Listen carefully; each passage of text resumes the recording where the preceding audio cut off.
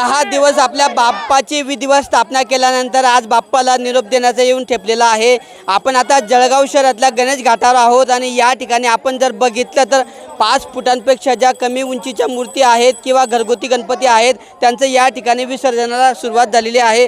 पहाटेपासून या ठिकाणी नागरिक असतील, भाविक असतील, मोठ्या संख्येने गर्दी करताना पाहायला मिळत आहेत आणि मूर्तींचं विसर्जन करण्यासाठी या ठिकाणी महापालिकेच्या वतीने स्वयंसेवकांची नियुक्ती करण्यात आलेली आहे। तराफ्यांच्या माध्यमातून किंवा बोटींच्या माध्यमातून या ठिकाणी मूर्तींचं संकलन करण्यात येऊन त्या ठिकाणी मेरून तलावात जाऊन विसर्जन केलं जात आहे। मोठा प्रचंड उत्साह या ठिकाणी भाविकांमध्ये पाहायला मिळतो आहे। गणपती बाप्पा मोरया, पुढच्या वर्षी लवकर या असा जल्लोष करत या ठिकाणी भाविक निरोप देताना पाहायला मिळत आहेत। घरगुती गणपती असतील, चिमुकले असतील, लहान चिमुकले या ठिकाणी निरोप देताना पाहायला मिळत आहेत आणि मोठी गर्दी या ठिकाणी गणेश घाटावर मूर्ती विसर्जनासाठी झाल्याचं पाहायला मिळतं आहे। आपापले घरगुती गणपती घेऊन या ठिकाणी विधिवत आरती केल्यानंतर या ठिकाणी बाप्पाचं विसर्जन केलं जातं आहे आणि सकाळपासून पहाटेपासून या ठिकाणी भाविकांची मोठ्या संख्येने गर्दी झाल्याचं पाहायला मिळतं आहे। मोठा उत्साह आणि चैतन्य एकीकडे भाविकांना असताना दुसरीकडे लाडक्या बाप्पाला निरोप देताना काही भाविक जे आहेत ते भावुक होताना पाहायला मिळतं आहे। काही भाविकांच्या चेहऱ्यावर दुःखसुद्धा पाहायला मिळतं आहे।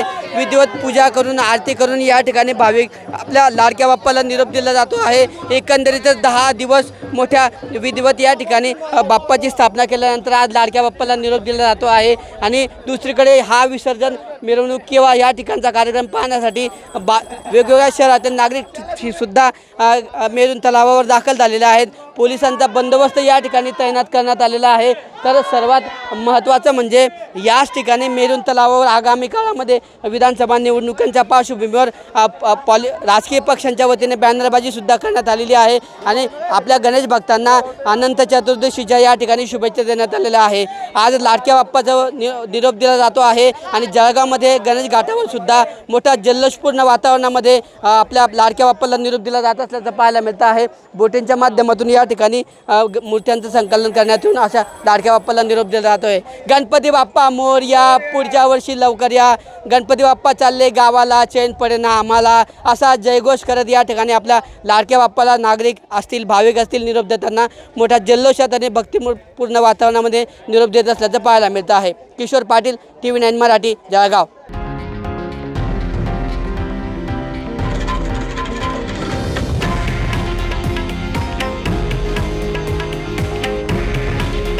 हे आहे देशातील नंबर 1 न्यूज नेटवर्क आणि आपण पाहत आहात TV9 मराठी।